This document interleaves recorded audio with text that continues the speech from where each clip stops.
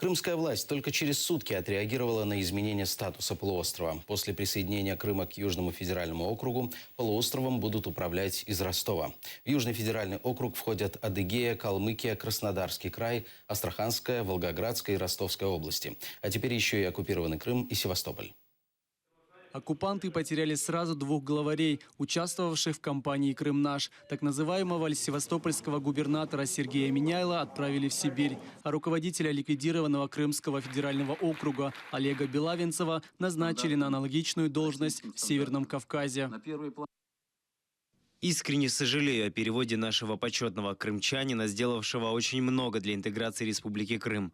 Однако убежден, что в целом сам процесс объединения округов никак не повлияет на жителей нашего полуострова. Мы – солдаты президента и выполняем его приказы. Крымчане высоко ценят тот огромный вклад, который Олег Евгеньевич Белавинцев внес в победу крымской весны, в воссоединение Крыма с Россией. Так называемый глава Крыма Сергей Аксенов избавился от непосредственной московской опеки. Теперь смотрящий за Крымом от Путина находится вдалеке от полуострова, в Ростове. Крым особо оказался коррумпированным регионом.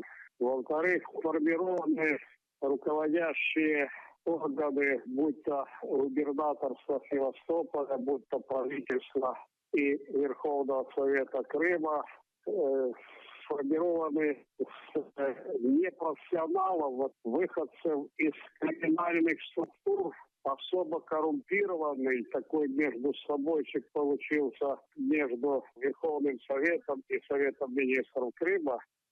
Ликвидация Крымского федерального округа – это еще одна попытка российских властей заявить, что аннексированный Крым – территория России, и возвращать они его не собираются. Об этом заявила политический эмигрант и бывший российский политик Ольга Курносова. Надо понимать, что это скорее такой символический жест, такой морально-этический. Потому что с точки зрения административно-территориального деления Российской Федерации, по большому счету, особенно ничего не изменилось. Республика Крым как была республикой в составе Российской Федерации, так и осталась. Севастополь как был городом федерального значения, так он и остался. В этом смысле включение в Южный федеральный округ – это вот такая, по большому счету, плевок в лицо, как самому Крыму и его надеждам на какой-то особый статус, на какую-то свободную зону, там еще что-то, какие-то отдельный способ управления.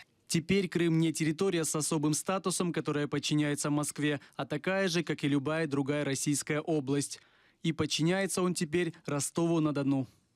Действительно, мне кажется, самое важное, что произошло, это то, что в общественном сознании поставлена точка на процессе аннексии, что теперь Крым не особая территория, которая подчиняется Москве, а такая же, как любая другая российская.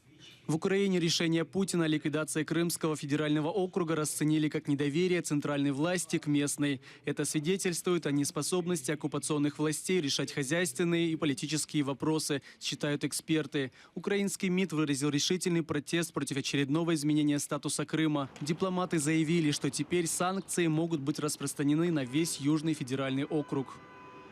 Сегодня, расширив зону, они будут говорить, что есть остров конфликта внутри легитимной зоны, тем самым добиваться их цели и легитимизация аннексии захвата нашей территории. Поэтому я думаю, что это такой юридический шаг, но наша задача тогда поставить еще большую нелегитимность Российской Федерации в целом.